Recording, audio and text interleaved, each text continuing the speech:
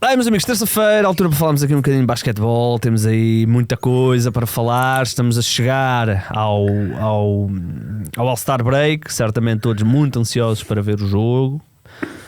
Muito ansiosos. Deixa-me já dar esta informação. Para a semana não vamos ter episódio. Porque eu vou estar ausente, Ricardo. Fica já essa informação. Estou-te a dar em primeira mão. Era para te dizer em off. Digo-te em on, porque eu vou tirar a terça e a quarta. E portanto para a semana não há. Portanto não vai haver rescaldo do jogo All-Star. Não sei se o teu grau de tristeza... Eu, por acaso, na próxima semana vou estar de férias a semana toda, mas vinha alegremente fazer o podcast contigo. Então olha, ficamos já agendados para sexta, então, pode ser? Pode ser. Pronto, então fica na sexta. Pode então. ser. Já há jogos, então falamos na sexta.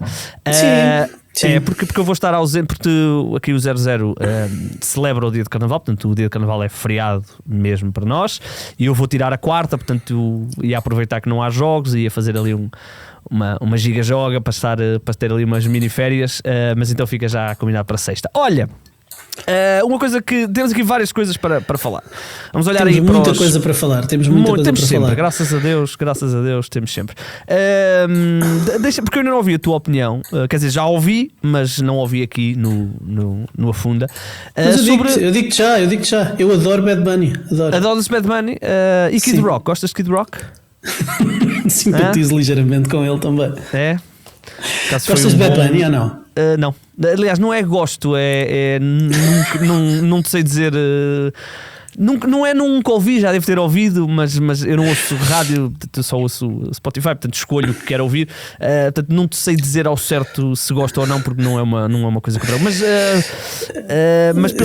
escolhes o que ouves porque ainda não foste pai. Pois isso vai mudar. Pois, eu sei. Sim, mas também ouve lá. Pode ir a pé. Quem manda sua. Não, mas não,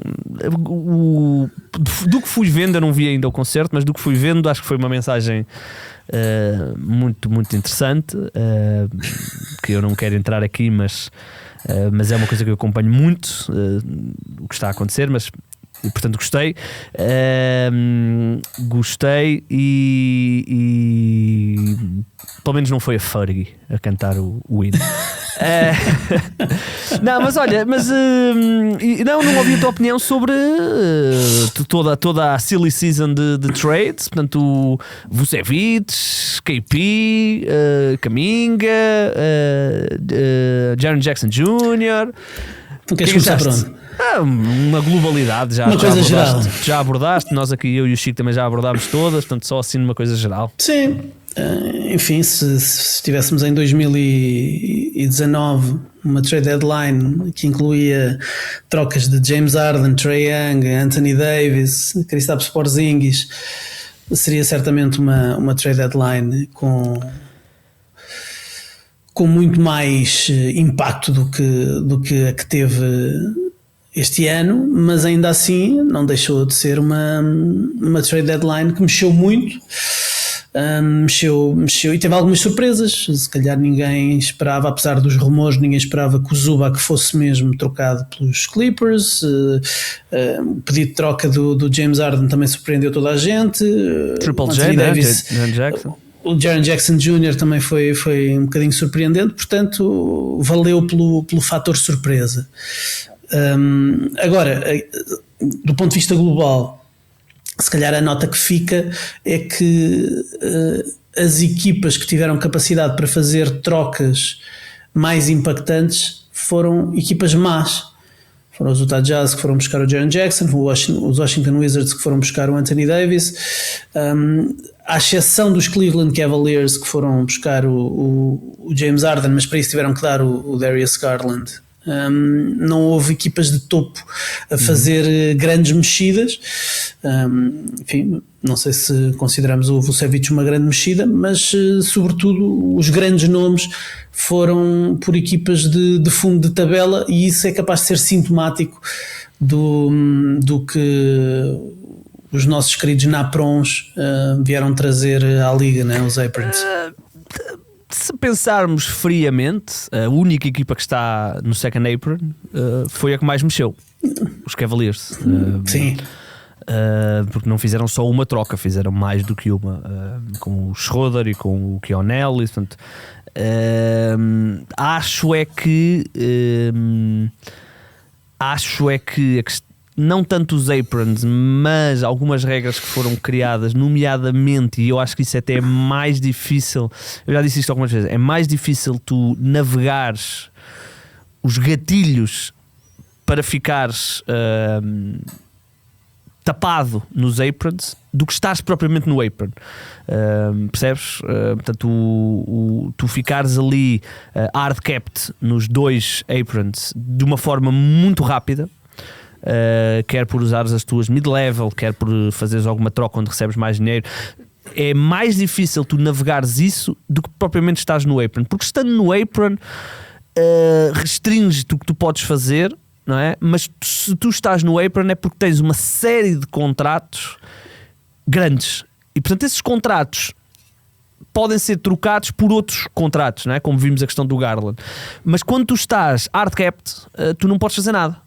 E isso é uma coisa que eu acho que a NBA devia rever. É muito fácil as equipas ficarem gatilhadas nos aprons. Portanto, acho que é mais urgente eles reverem isso do que propriamente a questão dos aprons em si, porque como eu disse, os Cavaliers, a partir do momento em que aparece um mau contrato entre aspas, mas um contrato grande disponível, os Cavaliers têm alguma facilidade de conseguir, porque eles também têm muitos contratos altos.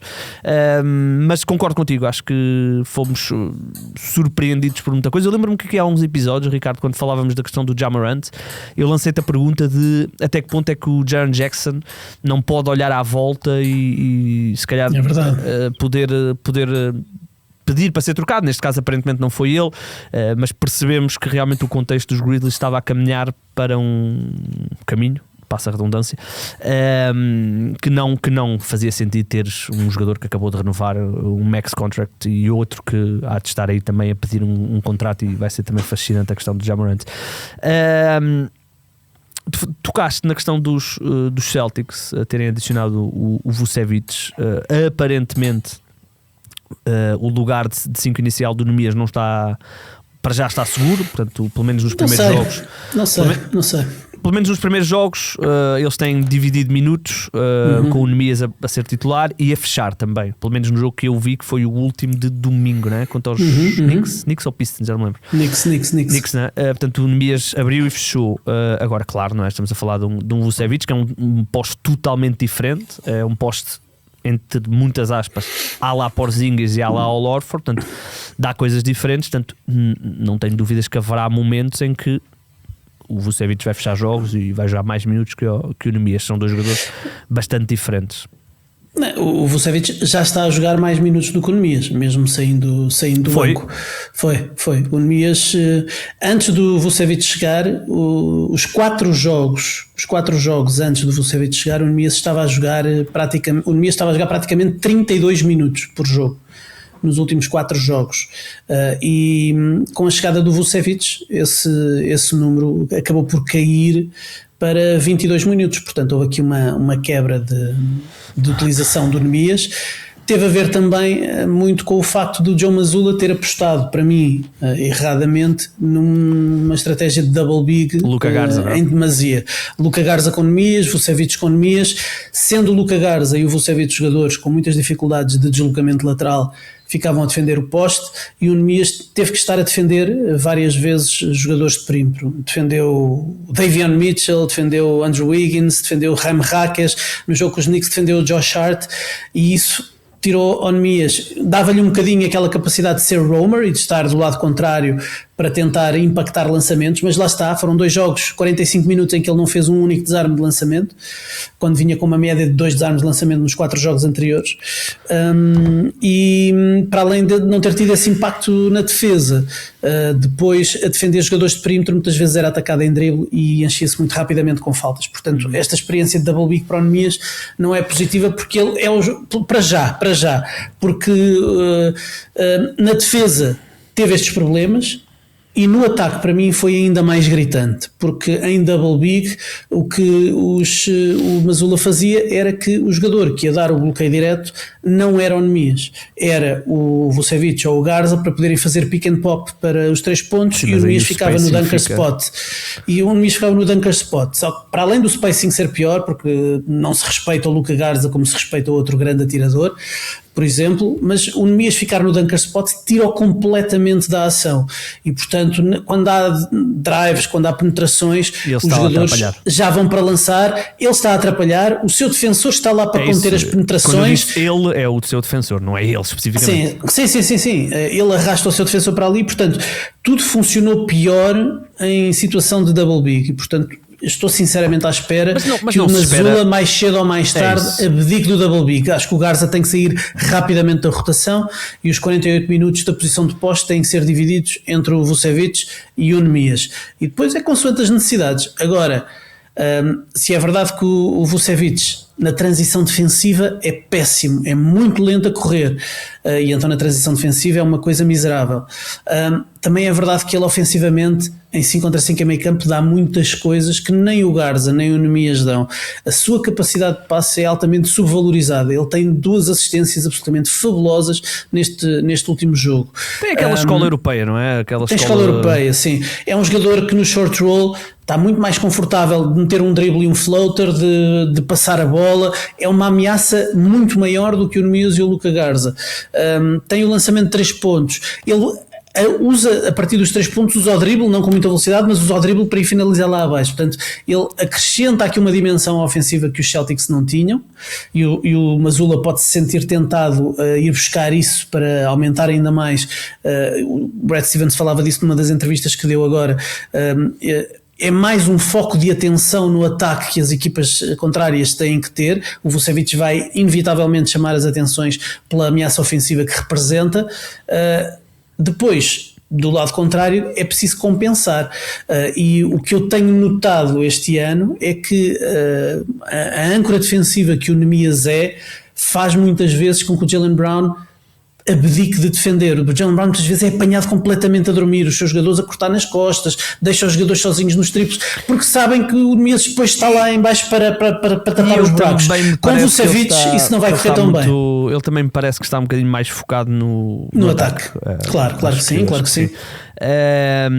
Estava aqui a ver, adicionando um jogador como o Vucevic, que é um jogador que eu particularmente nos últimos anos acho que tem sido muito sobrevalorizado. Sim. Rapidamente os adeptos do Celtics vão perceber que a defesa dele é um problema grave, que não ficou tão evidente nestes primeiros jogos, à exceção dali 2 ou 3 situações de transição defensiva gritantes, mas vai-se notar cada vez mais, porque os adeptos dos Bulls já não o podiam ver à frente. E os Bulls tinham uma coisa que eles faziam muito, que era eles emparelhavam muito o Matas Buzelis, que é um ótimo rim protector, com o Vucevic.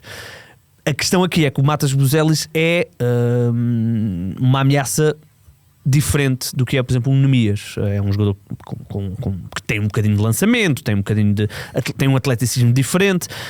Neste caso, parece-me que ele sentiu-se logo obrigado a ter o Nemias a jogar com o Vucevic para testar, para ver o que é que acontecia. Acho que rapidamente eles vão desmembrar isso, porque, como tu disseste bem, não faz sentido nenhum, especialmente com uma equipa que gosta tanto de drive and kick.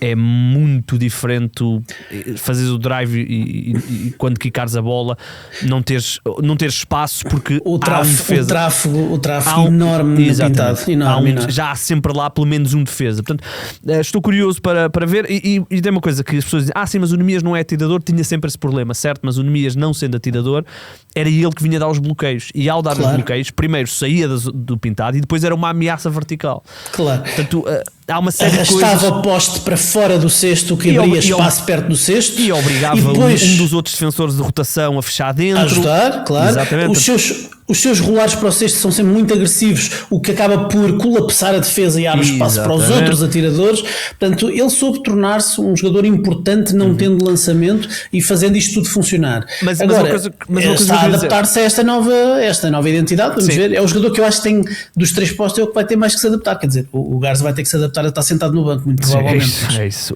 Mas uma coisa que eu queria ressalvar, eu estava a preparar para falar disto, que é: os Celtics são o segundo melhor ataque da NBA e já estamos com 2/3 quase da época. Portanto, isto já não é fluke, já não é hot shooting, nem streaky shooting, nem opponent shooting, nem nada. É realmente os Celtics. João Mazzulla colocou esta equipa. Segundo melhor ataque, tendo um Nemias não atirador. Exatamente. E, portanto, a importância do Nemias é, para além de ajudar a este ataque a ser o segundo melhor da liga, o que é notável, os Celtics são medianos na defesa, e são medianos porque têm um defensor de elite que é o Nemias a proteger. Exatamente. Se eles metem o Vucevic ali, esta defesa vai cair a pico. Esquece, colapsa totalmente. São muitos jogadores que vão ter que começar a cobrir uma posição que neste momento já é, ou seja, tu teres um mau pós-defensor já é muito difícil em playoff. Então basta olhar para os Knicks, o problema que os Knicks têm, e basta olhar para os problemas crónicos que os Chicago Bulls tinham, não é? Portanto, mas isto para dizer, esse lado defensivo acho que vai ser um problema. No lado ofensivo, adicionares um jogador como o Vucevic, dares aqui outro tipo de... Porque vai haver noites em que o Vucevic vai fazer 25 pontos porque o lançamento vai estar a entrar. É uma arma muito interessante para tu adicionares ao ataque. O trade-off defensivo pode não compensar, mas poderá haver noites e poderá haver séries de playoff onde a coisa pode dar-se. Portanto, estou muito interessado para ver como é que o Joe Mazzulla, que está a tornar-se um treinador absolutamente maníaco, e o que ele está a fazer ano após ano é absolutamente insano, vai encontrar aqui de solução para o trade-off. E nós andamos a falar disto e estamos aqui a florear, e estamos aqui a rodear o assunto que parece que vai mesmo acontecer, né? Jason Tatum, para choque meu, está na iminência de regressar. Eu diria que no pós-All-Star Break, provavelmente, não estou a dizer que seja logo no primeiro jogo a seguir, mas diria que até ao final do mês de fevereiro vamos ter Jason Tatum a jogar. Ele entretanto foi treinar a equipa da G-League esta semana, mas eles têm sido muito cuidadosos. Acho que vai hoje, ou que é treinar a equipa da G-League. Diz. Ia só dizer que ele vai treinar, vai participar em partes do treino da equipa da G-League. Eles têm sido muito cuidadosos. Eles revelaram agora recentemente que o Jason Tatum fez o seu primeiro treino de 5-5, portanto, jogo de basquete contra os treinadores, com o staff dos Celtics. Exatamente, portanto, uma coisa muito normal, certamente sem contacto, sem grandes mudanças de direção. Sim. Altamente controlado, com muitas precauções. Exatamente. Vai fazer partes do treino, obviamente com algum contacto, mas certamente também com muitas precauções. Mas uma coisa é certa: no ano passado, quando o Kristaps Porzingis esteve muito tempo afastado dos Celtics, ele, quando foi anunciado que ia treinar com os main Celtics para fazer partes do treino, 8 dias depois estava a estrear-se pelos Celtics. Portanto, eu não sei a distância a que o Tatum está de regressar, mas concordo contigo. Até ao final de fevereiro, muito provavelmente, vamos ver Jason Tatum. Aparentemente, os reportes que saíram de que ele estaria a descartar um regresso esta temporada, acho que estão a ser dados como falsos, esses reportes.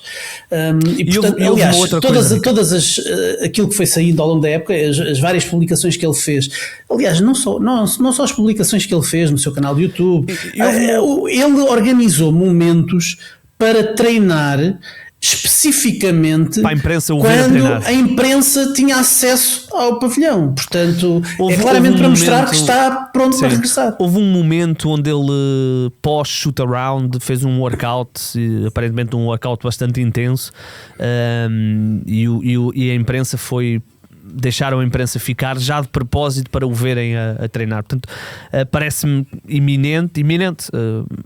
É o tal mês de fevereiro que eu tenho apontado, e isto depois dá-lhe 1 mês e meio de ramp-up até aos playoffs.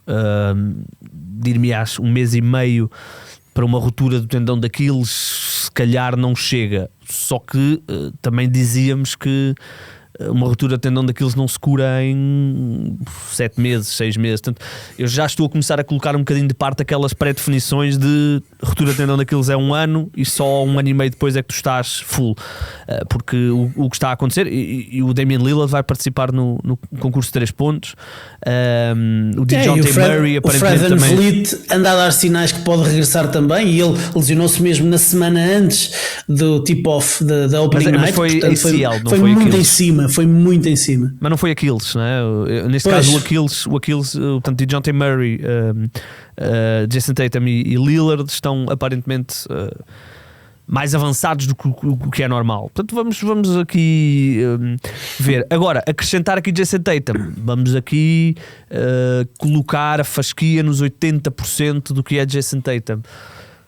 Ao segundo melhor ataque da NBA, colocares mais um bom defensor, um bom ressaltador, Ricardo, Um bom lançador, um bom passador. Isso aí eu já nem ofensivo, todos sabemos. Dá-me 50% de Jason Tatum. Dá-me 50% de Jason Tatum. Se calhar é o suficiente para eles ganharem a conferência. É isso, e de repente estamos a falar aqui dos Celtics, que nós debatíamos no início do ano e eu defendia que eles deviam fazer um gap year, e na realidade, a nível de tax, até estão a fazer, porque conseguiram sair do tax na totalidade com as moves que fizeram, com o trocar o Tillman por Cash e o Boucher e o Josh Minott, conseguiram baixar do tax e conseguem estar, eles nem sei se estão em segundo ou em terceiro na conferência, mas é indiferente, estão em terceiro, e de repente podes adicionar aqui Jason Tatum.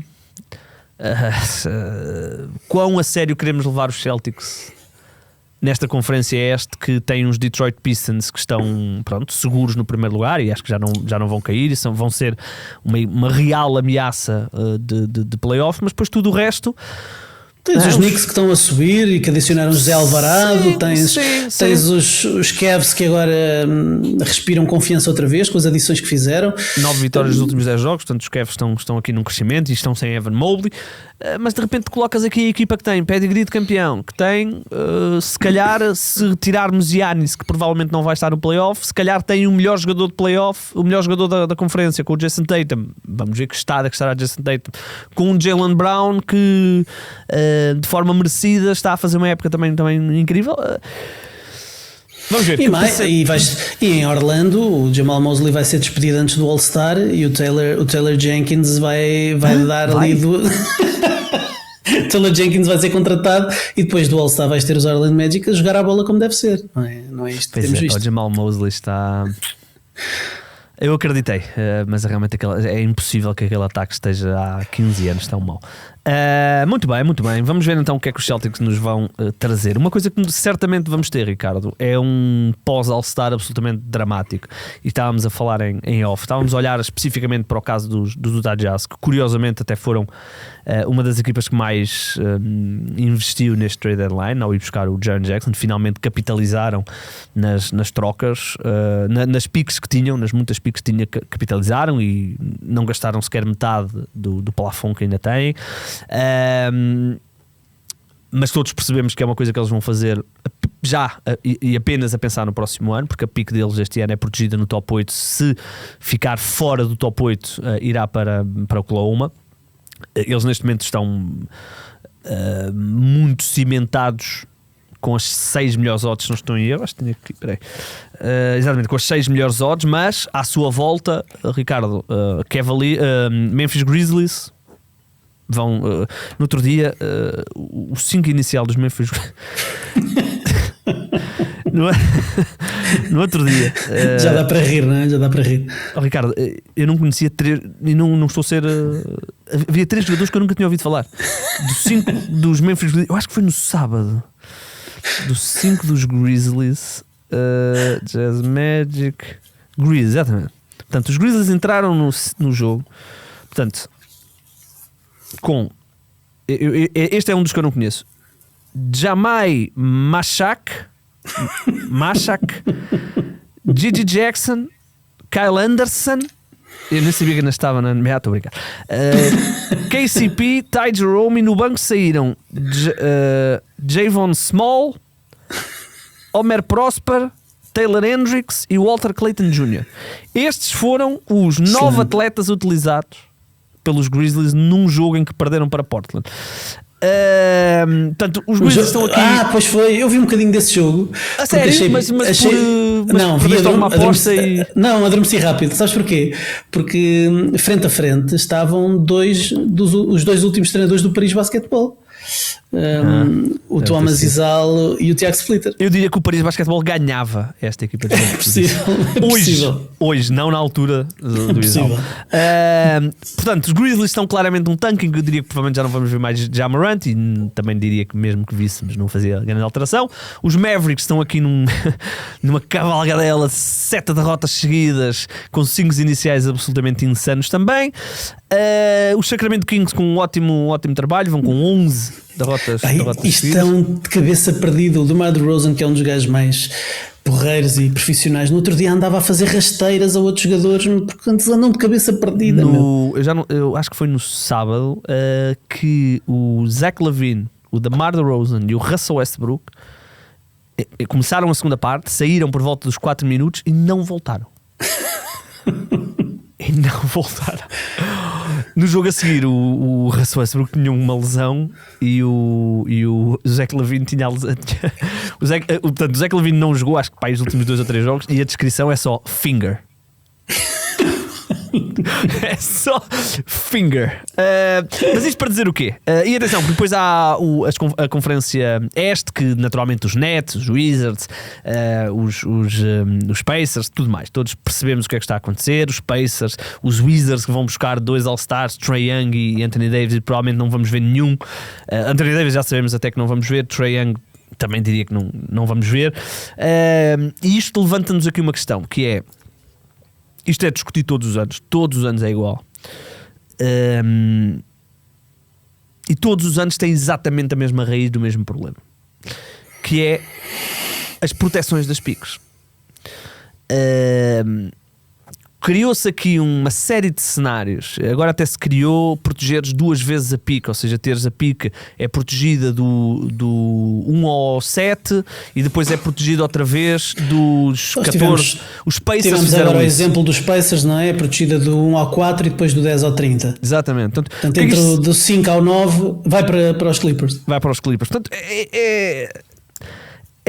aparentemente há rumores que a NBA vai mexer nesta questão das proteções, vai ter, e eles vão ter que mexer, porque, e há uma outra coisa que eles vão ter que mexer, eles vão ter que, portanto, para quem não sabe, a NBA tem uma regra que é a Stapien Rule, por causa de um antigo GM dos Cavaliers que trocou todas as picks e então, seguidas então trocou tudo. E então a NBA diz que a partir de agora nenhuma equipa pode ter 2 anos seguidos a sua pick trocada, mas o que a NBA não preveu, certamente na altura, e que agora está a ser um problema, é que as equipas rapidamente aprenderam que na realidade podem, chama-se isso a swap.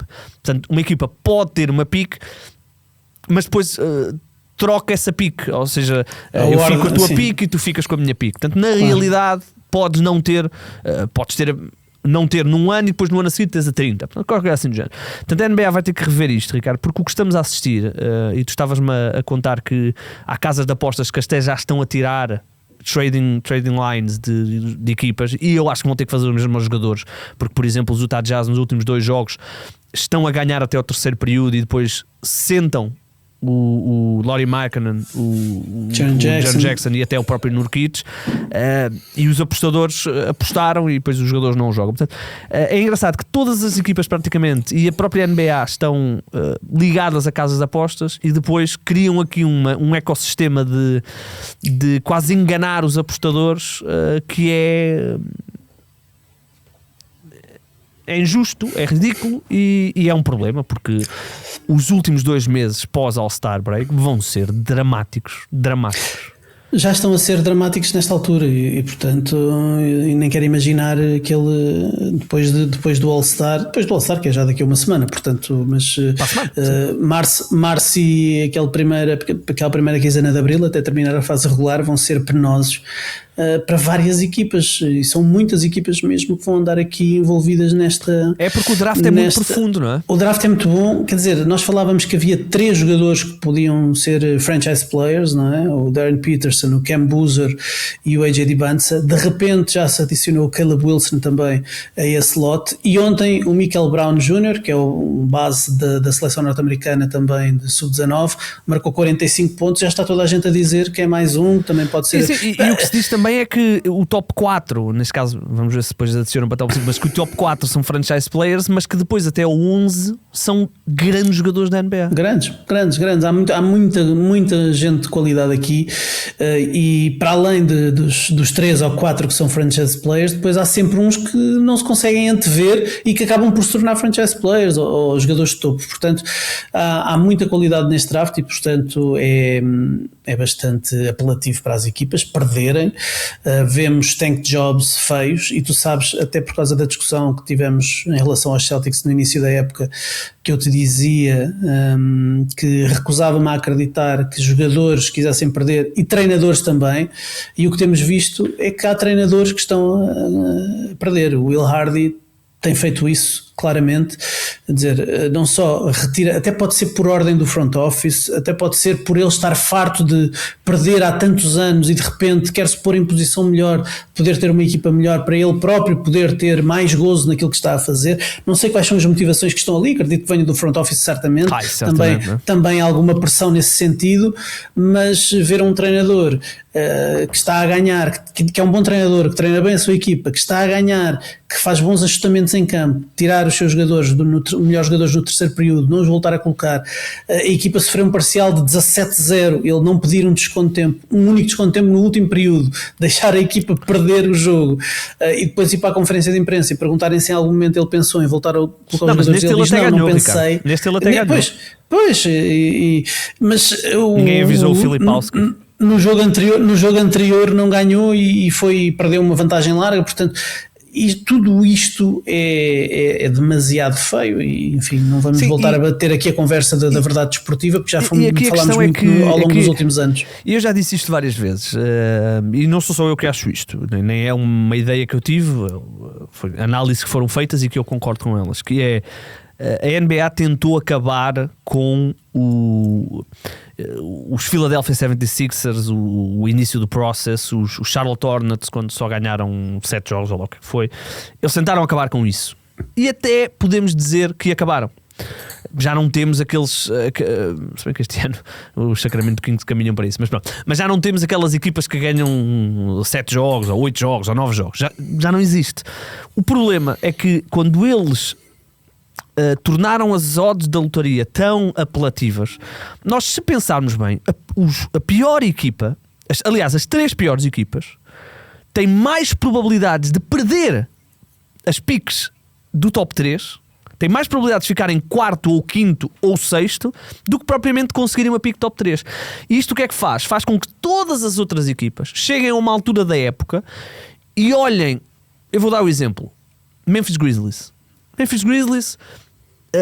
com todos os problemas que têm, tu olhavas para o plantel do início da época deles, vias Jaren Jackson, vias Ja Morant, vias Caldwell Pope, vias Zach Edey, vias e dizias: ok, esta equipa, no pior dos cenários, vai estar no play-in. Vai estar no play-in, se vai estar em 7º ou 10º, depois logo se vê, mas é uma equipa de play-in, tudo bem. O problema é que as equipas estão ali no play-in e a certa altura percebem-se: mas espera aí, se nós cairmos 2 posições, de repente, em vez de termos 3% de hipóteses de termos a escolha número 1, podemos ter 10. E portanto as equipas chegam a uma altura que mais valem na autoria. E de repente tu tens 1, 2, 3, 4, 5, 6, 7, 8, 9 equipas que estão a lutar pelos 9 últimos lugares, declaradamente, e todas elas com reais probabilidades de ficarem no top 3. Basta ver o que aconteceu no ano passado, basta ver o que aconteceu há 2 anos com Atlanta, e assim sucessivamente. E portanto eu acho que eles terem tornado as odds tão igualitárias abre aqui possibilidades das equipas acreditarem que com mais 2, 3 derrotas, e depois vemos tank jobs absolutamente incríveis, e de repente tu pensas: então espera aí, os Jazz estão em 13º, eles já não conseguem chegar ao último, certo? Mas entre ficar em 13º e 14º sobes as odds quase 10% de cair no top 3, e fica muito difícil, é muito apelativo para as equipas. E então num draft destes, Ricardo, entre proteções e lotaria, temos que fechar um bocadinho os olhos para o que resta da fase regular, focar-nos aqui nas boas histórias, nas boas narrativas que estão aqui a acontecer. Enfim, sim, esta é a última vez que vamos falar deste assunto. Achas? Não, nós. Nós aqui. Sim, nós aqui. Esta é a última vez que vamos olhar para estas equipas, porque o que vai acontecer, meus amigos, preparem-se, porque vão acontecer coisas incríveis. Sim, eu acho que o Will Hardy senta o Jaren Jackson e o Lauri Markkanen durante tanto tempo a ver se eles apanham uma contusão no cóccix ou um estiramento no glúteo, qualquer coisa assim desse género. Olha, só para terminarmos, Ricardo, e olhando para uma coisa boa, Charlotte Hornets, que estão. Que andam à chapada. Andam à chapada. Eu não sei o que é que aconteceu ontem, eu não sei se havia alguma coisa na água da NBA. Tivemos duas lutas. Um autêntico Royal Rumble, não é? E atenção, porque o Isaiah Stewart vai levar jogos, vai levar muitos jogos.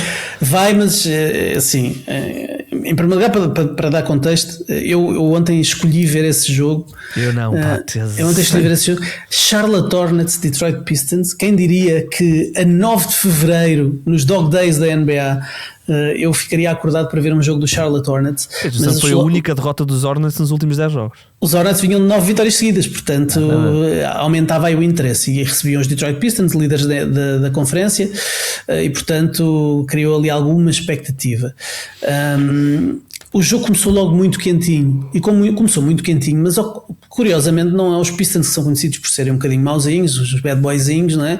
Que estavam com picardias, e o jogo foi em Charlotte, e os Charlotte Hornets estavam nitidamente a querer meter-se com o Jalen Duren, a picar o Jalen Duren desde o início do jogo, faltas duras, bocas, estavam todos os jogadores dos Hornets a tentarem entrar na cabeça do Jalen Duren. E depois na segunda parte houve ali uma falta mais dura, o Duren e o Moussa Diabaté ficaram ali de cabeças encostadas e o Duren empurrou o Diabaté na cara, não é? Empurrou para longe, e isso, o Diabaté entrou em colapso logo ali, ficou maluquinho. E pronto, e começaram os dois a tentar. Os dois não, porque o Jalen Duren pareceu um bocado fake tough guy.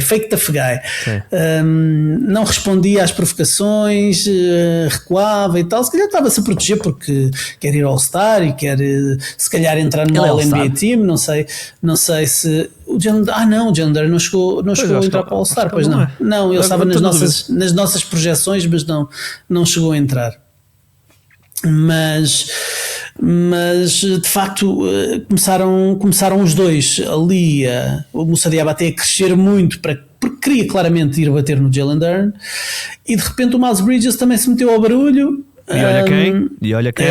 O Miles Bridges com o perfil e o passado que tem. Sim, mas normalmente o Miles Bridges gosta. Normalmente não se mete tanto com gente do tamanho dele, é gente mais. Normalmente mete-se com mulheres. O que ele fez à ex dele sim. Está mais do que reportado. E o Isaiah Stewart não foi de modas, saiu do banco de suplentes, que é logo um jogo de castigo automático, que é logo, e foi a correr, tipo aquelas entradas do wrestling que eles vêm a correr lá atrás e atravessam o público e vão a correr, e que ele próprio já tinha feito uma mítica com o LeBron James. Com o LeBron James, é verdade, em Detroit, mas aqui foi fora de casa, e foi a correr, atravessou o campo todo para ir para o outro lado e para espetar dois abrunhos. Eu espero que tenham sido muito bem dados. Mas ele não acertou bem, pois não? Eu acho que ele falhou. O primeiro não acerta, mas depois ele agarra o Miles Bridges e depois ele começa-lhe a dar assim nas costas com a esquerda.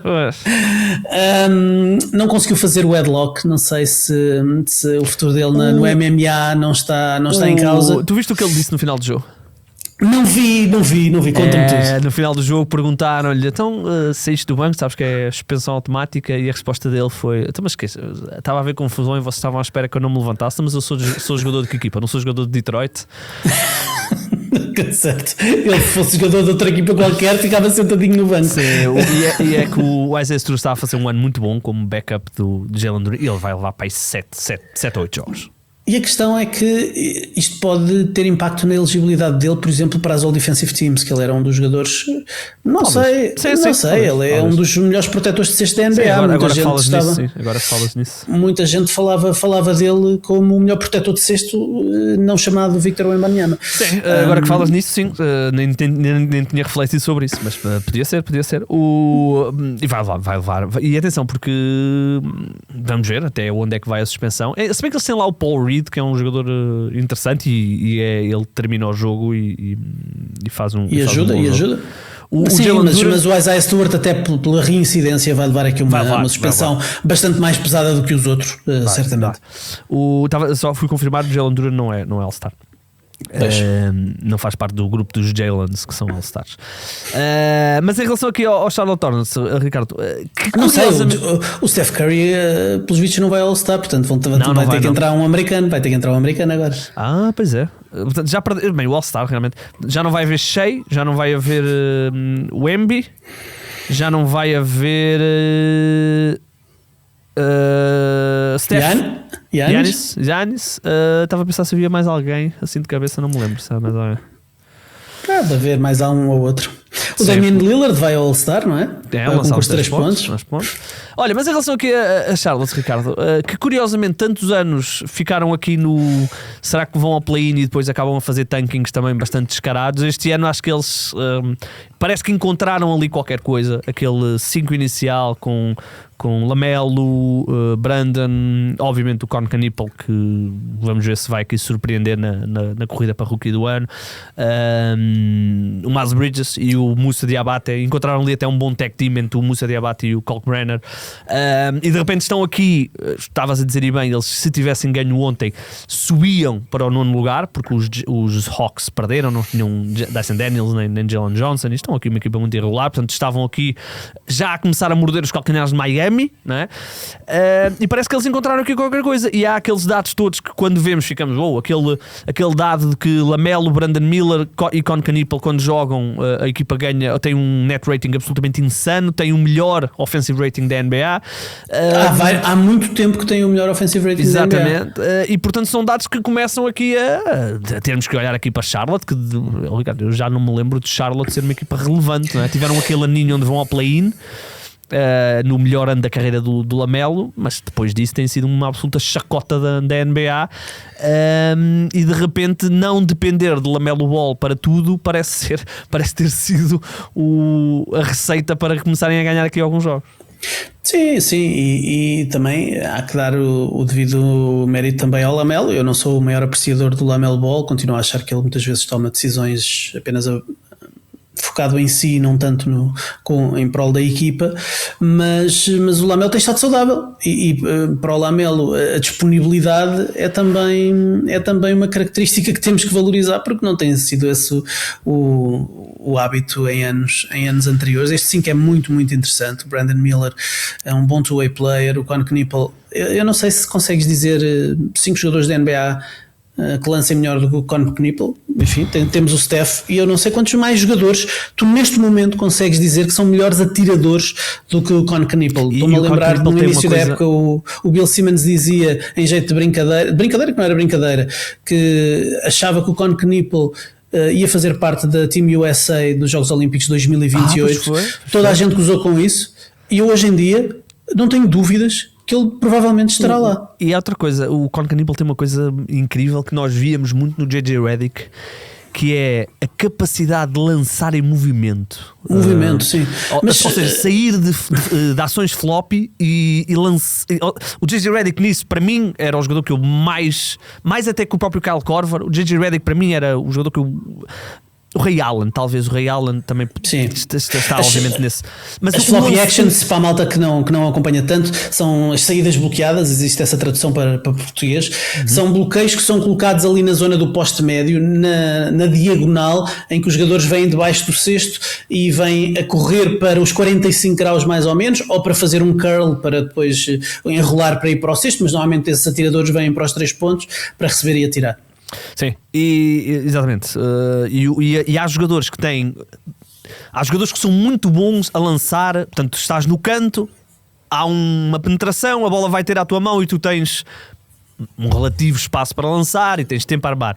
E depois há aqueles lançadores que são a elite do elite, que conseguem fazer em flop ou às vezes até em handoffs, conseguem lançar sem os apoios totalmente pré-definidos, lançar, é o que eu digo, lançar em movimento. O JJ Redick era... quando o corpo está a mexer, que é difícil de o JJ Redick nisso era muito bom. Obviamente o Ray Allen, nível também ultra, Kyle Korver era outro. O Con Canipel faz-me lembrar esses jogadores, e estamos a falar de um rookie. E é um jogador grande que era o que eu ia dizer. Que é competente a defender, não é provavelmente um buraco como o J.J. Redick, não é? Bom, Ricardo, uma equipa que tenha Con Canipel como o terceiro ball handler está na elite dos ataques, e basta ver que eles pode meter a bola no chão, é verdade. É um bocado como os Lakers quando têm LeBron, Luka e Austin Reeves. Portanto, as defesas não se podem comprometer a nenhum dos outros dois, porque depois há um terceiro que também te pode prejudicar, e Con Canipel é esse jogador, e até bem melhor lançador que o próprio Austin Reeves. Portanto, esta equipa, Ricardo, este ano não é? Porque olhamos, e apesar do Moussa Diabate estar a ser se calhar um dos candidatos a Most Improved, desde que ele entrou para o 5 inicial, a equipa ele é um ressaltador absolutamente interessante. Ele não é muito grande, ele teoricamente até é um power forward, ele é pequenino. Portanto, mas não há ninguém que tenha mais energia do que o Moussa Diabate dentro de campo. Exatamente. É um jogador que já no ano passado dava flash como suplente. Este ano entra como suplente do Kalkbrenner, e quando ele entrar para o 5 inicial, ele defende múltiplas posições. Este ano obviamente não. E vamos ver o que é que eles vão fazer, se finalmente vão ser agressivos em algum tipo de movimentações, porque tem obviamente o Miles Bridges, que neste momento já é redundante na equipa. Eles precisavam muito mais de um jogador que possa defender múltiplas posições. Portanto, vamos ver o que é que eles vão fazer. Mas é uma equipa que finalmente há aqui uma luz que podem ser uma equipa competente. Eles mudaram franquia, mudaram front office há relativamente pouco tempo. A equipa técnica foi colocada em ação no ano passado, e parece que começar a estar, vem também da árvore dos Celtics, não é? Ele era o adjunto principal do Joe Mazzulla, não é? Não estou errado, não? Sim, era ele. Portanto, vemos também essa filosofia, e de repente Con Canipel vem aqui ser o ponto final de ok, não dependemos do Lamelo Ball lançar 25 vezes e lançar só com uma perna, porque temos outras opções. Brandon Miller finalmente com uma sequência de jogos saudável. E olhando para as outras equipas que estão no cenário de play-in, e isto não vai mexer aqui, porque diria que os Charlotte vão acabar por passar Atlanta. Quem sabe se não vamos ter Charlotte como sétimos ou oitavos classificados do playoff. Depois de o Mike Brown ter conseguido o milagre de levar os Sacramento Kings aos playoffs há 2 ou 3 temporadas, terceiro melhor registro do Oeste. É verdade, os Charlotte Hornets passaram a ser a equipa que está há mais tempo sem saídas aos playoffs. Sabes qual é a segunda? Os Pelicans não. Quem é? San Antonio Spurs, meu amigo. Estás a gozar? Pois é. Uau. San Antonio Spurs. Estou velho. Estás velho. Mas é os Hornets. Mas os Spurs vão acabar este ano. Sim, os Spurs vão voltar este ano. Os Hornets, vamos ver. Agora, depois de ontem, gostava muito de ver Detroit Pistons e Charlotte Hornets na primeira ronda dos playoffs. Acho que porradinha da boa, poder-se esperar no bom sentido, e se calhar no mau sentido com esta gente. Isto aqui não sei, porque o Brandon Miller depois passou o resto do jogo a continuar a picar toda a gente. E o Brandon Miller, lembras-te do Brandon Miller na universidade, o que é que lhe aconteceu? Exatamente. E mesmo nesse jogo, logo já, acho que no quarto período, há ali um momento onde eu achei que a coisa, porque eu depois fui ver, não é? Depois de ter visto a notificação porque eu vi 4 jogadores expulsos. E então comecei a ver. E há ali um momento em que acho que o Lamelo tem a bola e alguém vai fazer ali um bloqueio, e de repente eu olho e já estão 2 jogadores no chão, e eu, tu queres ver? Mas já não dei nada. Muito bem, grande Charlotte, vamos ver se finalmente. É sempre uma equipa que eu costumo dizer que é uma das. O Chico goza muito comigo, porque ele diz que eu todos os anos vou com Charlotte como uma surpresa. E acho que finalmente houve até um relógio. Como é que é? Até um relógio partido está certo 2 vezes por dia. Eu tenho muito boas memórias do Charlotte Hornets, dos tempos do Larry Johnson, que era um dos meus jogadores favoritos. Eu tenho Larry Johnson, do Kemba Walker. O Larry Johnson, número 2, que depois foi utilizado pelo Lamelo durante alguns anos. Agora o Lamelo acho que mudou para 1, mas durante uns anos foi o 2, e o Larry Johnson. Havia um equipamento lindíssimo, pá, que eu tenho. Sério, eu achava-os tão feios os equipamentos de Charlotte. Um equipamento lindíssimo, da cor teal, não é? Aquele teal. Quanto ao Kemba Walker, ontem estava no banco com a sua barba grisalha. O Kemba Walker ontem estava com a sua barba grisalha no banco, muito tranquilo. Pois ele é adjunto, não é? que é adjunto, é um gajo tão tranquilo no meio daquela gente. Aliás, o Xavier Tillman, que é o gajo mais zen da NBA, foi trocado para o Charlotte Hornets por causa da. Mas já foi dispensado, não já? Não, está lá. Agora imagina o Tillman ontem estar lá no banco e está a acontecer e ele a pensar: bom, lá tenho que ir eu tentar fazer um chazinho de camomila para o Isaiah Stewart. O Kemba Walker que não se meta porque o Isaiah Stewart, o homem é um. Ele perde o controle de uma forma. Mas sabes o que é engraçado em relação a Isaiah Stewart? É que toda a gente diz que ele no dia a dia é o gajo mais doce. Isto parece os casos do homicida, não é? Que depois vais à aldeia e toda a gente diz: não fazia ideia, ele era tão simpático. Eu trabalhei no Correio da Manhã durante vários anos, eu tive várias vezes essas declarações. E eu penso sempre, olha, está bem, olha, serve de muito. Portanto, o Isaiah Stewart pode ser a pessoa mais engraçada do mundo, mas ele flipa de uma. Ele naquela situação do LeBron, que obviamente é a mais pública, mas já não era a primeira. Obviamente não tão grave. Várias. Ele já se picou com o Nemias este ano. O Nemias é um gajo super tranquilo. Ele, quando viu o sangue. Quando viu o sangue, quando o LeBron, pronto, foi também foi estúpido, não é?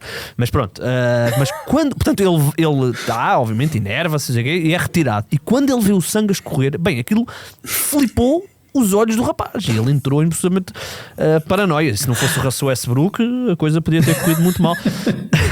Aquelas imagens. Quem é que diz que o Russell Westbrook não defende? Pá? Estou a brincar. O Russell Westbrook foi uma verdadeira palhaçada.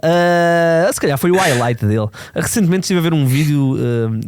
O título era Quão mau foi Russell Westbrook nos Lakers.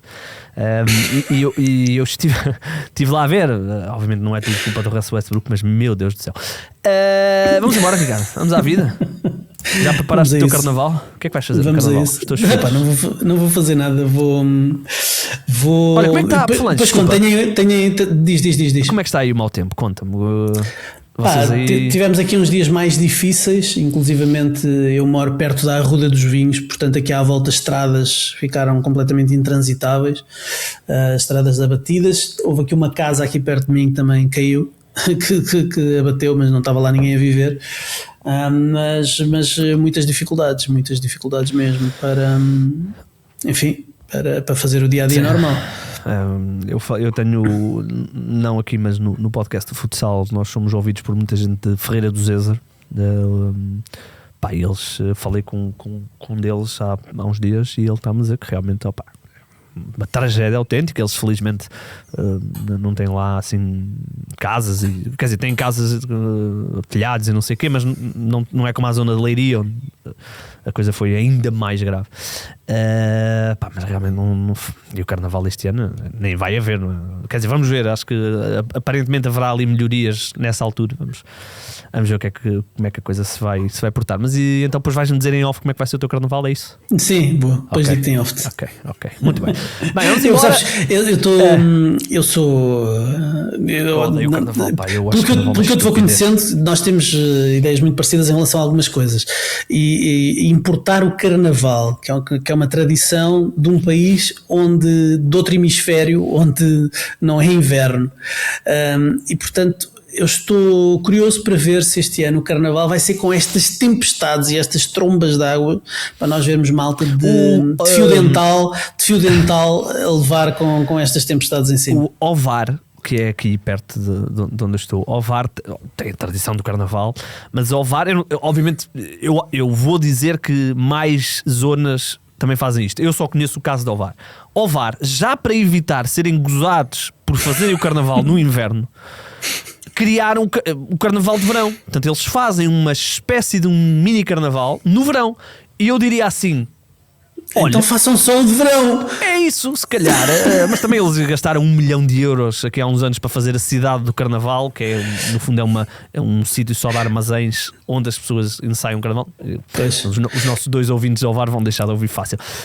Mas eu estive na inauguração dessa cidade do carnaval. 1 milhão de euros. Mais 1 milhão de euros. Em gabardinos em chapéus de chuva para dar ao público que vai assistir. Vai no instante. Mas pronto, eu não ligo muito, mas eu sei que tu também não, e por isso é que eu te perguntei. Não ligo nada. Vamos embora. Voltaremos então na próxima, não na próxima sexta, na sexta a seguir. Portanto, vem aí o All-Star. Descansem. Façam o que eu faço, que é tirar a partir de quarta-feira. Não, ainda há jogos quinta, não é? Quinta ainda há ali uns joguitos. A partir de sexta, não falem comigo da NBA até terça-feira da semana a seguir. Vamos ter aí umas noites de sono valentes, pá. Vou zerar muito bem. Bem, vamos embora. Ricardo, sempre um gosto, como tu sabes. Um abraço. Se conseguirem fundar 3, mandem-nos o vídeo.